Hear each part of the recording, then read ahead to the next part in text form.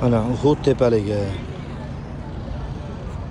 Payg'ambar alayhisolatu vassalom kamonchilarga jilmanglar shu yerdan, biz g'olib bo'lsak ham, mag'lub bo'lsak ham deydi.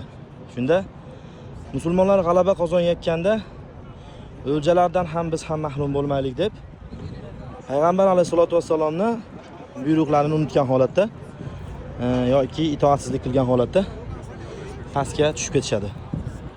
Bu ham bir darski, musulmon boshliqlarga itoat qilishligi haqida, g'aflatga qolmaslik haqida bir islom tarixida bir dars bo'ladi.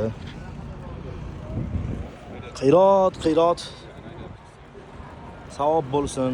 Ya'ni janoza namoziga qatnashganda bir qiyrot, uni dafn qilinsa 2 qiyrot savob beriladi deyiladi. Mana shu Uhud tepaligi. Uhud tog'lari ko'rib turganingizdek juda ham katta. Endi hisoblab ko'rangizki, Masjidun Nabaviy, Masjidul Haromda har bir namozda janoza namozi o'qiladi. Janoza namoziga qatnashsak, albatta bir qiyrot savoblarga erishamiz. Alloh taolo hammalarimizga nasib etsin qiyrot savoblar olishlikni.